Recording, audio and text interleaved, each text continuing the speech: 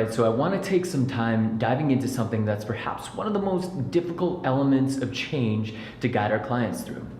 And this element can literally make or break a nurse coaching relationship, and it's often the difference between successful patient outcomes and ones that simply fall flat. I want to talk about the science behind why it takes time to achieve success and results. Like, why is time such an important factor in the process of successful and sustainable change?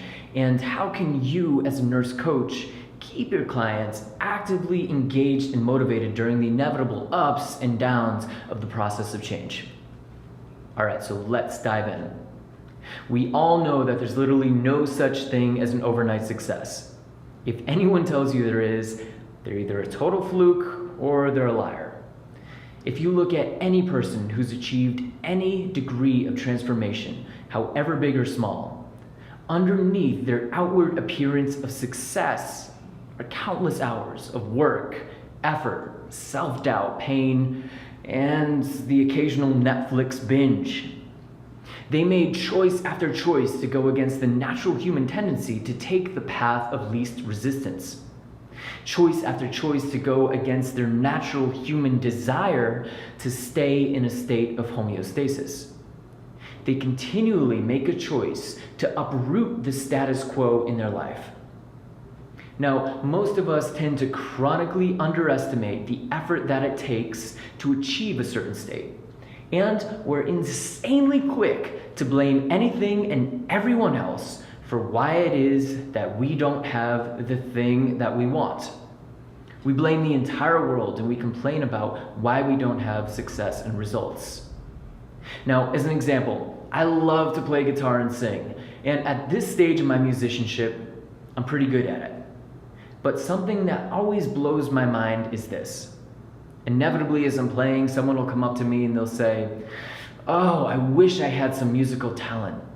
I always wanted to play guitar, but I'm just not any good. I guess I'm just not a musician." And now, the first thing that always pops in my mind is, do you think I became this good at guitar by natural talent? Now, perhaps I have an affinity and love of music, but I have quite literally played until my fingers bled to achieve the level of mastery in musicianship that I have right now. And all along the way, there were thousands of these little opportunities for me to say that I'm not good at this, that I'm not a musician, that I just don't have the talent or what it takes. And now I love using this example of playing guitar because it really demonstrates how easy it is to undermine the amount of action and time that it takes to get something that you want. It's almost that by dehumanizing successful people and making them out to be something that you could never be, either a prodigy, a naturally talented person, or a gifted person. Putting those labels on them almost lets you off the hook because it means that you won't even have to try. You'll never have to take that first step and put in the massive action required to get what you want. Now, helping our clients take action is a huge part of our practice as nurse coaches. And recently, I started diving into the other part of the equation, which is time. I asked, why do we have to wait to get the thing that we want even when we're taking consistent action? Like, why is time such a necessary component of success and results? And well, it all comes down to something that we all learned about somewhere around 5th grade, which is compound interest. Now, stick with me here for a moment. Just like when you put $100 into your 401k every single week, when you put energy and action into something, 99% of the time, the results aren't going to be immediate. $100 doesn't become a nest egg capable of sustaining you for your entire retirement overnight. It takes time for things to compound exponentially. And in the same way, like, people don't become chronically obese and chronically ill overnight. The vast majority of the time, it's because they made poor lifestyle choices day in and day out for years. Suddenly, it seems like, poof, they're here. They appear confused, wondering how they got to this present state of obesity and or demonstrating some acute manifestation of a chronic illness.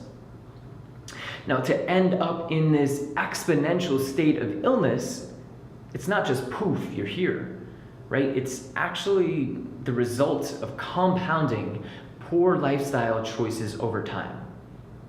All of those tiny little decisions over the course of so many years, they snowball into this one moment.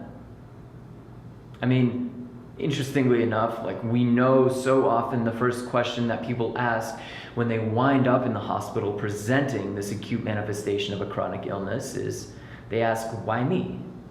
How did this happen to me? How did I get here? And those questions right there, those are fantastic examples of one of the most dangerously fallible components of our humanity, which is our poor memory and our inability to associate cause with effect.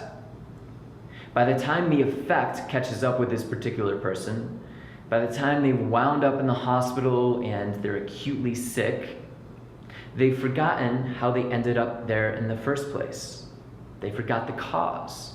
They forgot the myriad of choices and actions, causes that landed them in this exponential state of illness. And on the flip side, when we take a chronically sick individual and discharge them from the hospital, and they decide to try eating more plants and crush it at the gym for hours a day, what happens after the first week? What happens when they see no results or even negative results, such as muscle soreness? What do these people do? They give up and they see no effect. They didn't invest enough action and causes and let time do its magical thing to see exponential results in their health and well-being. If they had continued taking positive action over time, they'd lose the weight and they'd become successful because time compounds their actions exponentially. And eventually, they might even end up in a state of vibrant health and vitality because most chronic illness is at least partially reversible through lifestyle changes. So, to bring it all around, the person that you are today, literally down to the cells in your body, is the result of choices that you've made, which have compounded over time. The present state that you're in, your happiness, your health, fulfillment, the vast majority of your state is related to millions of tiny little choices that have been exposed to the miracle of time. They've been allowed to compound. And maybe you've been asking, like as you're listening to this, do genetics play a role? Yeah, of course. But as we're coming to find out more and more, that role is much, much smaller than we've been led to believe. See, it's genetic predisposition, not genetic predestiny. So, what's a nurse to do with all this knowledge of compound interest and exponential success? Well, first off, never underestimate the tiniest step. You have absolutely no idea how huge of an impact one tiny step can have on your future. Whether your client's waking up early to hit the gym or staying up late and watching Game of Thrones and eating ice cream, every single cause has an effect in their future. Now, do we encourage them to totally live in the moment and enjoy life? Yes, of course. If it's Game of Thrones night, go nuts. Enjoy it like crazy. But don't neglect the fact that what you do now exponentially impacts your future. And the second way that this knowledge of compound interest can impact our practice as nurse coaches is to elicit commitment from your clients to take action. Help them connect with their purpose of why they're doing what they're doing.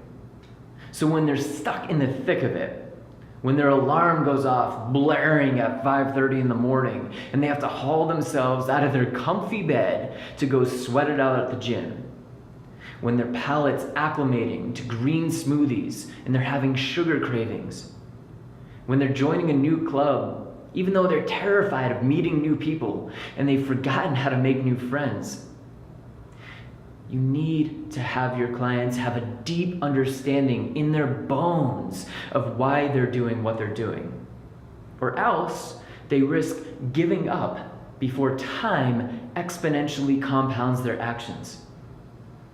And keep in mind that this exponential success piece, it can be seductive because it starts out almost imperceptibly small and then explodes at an unexpected rate.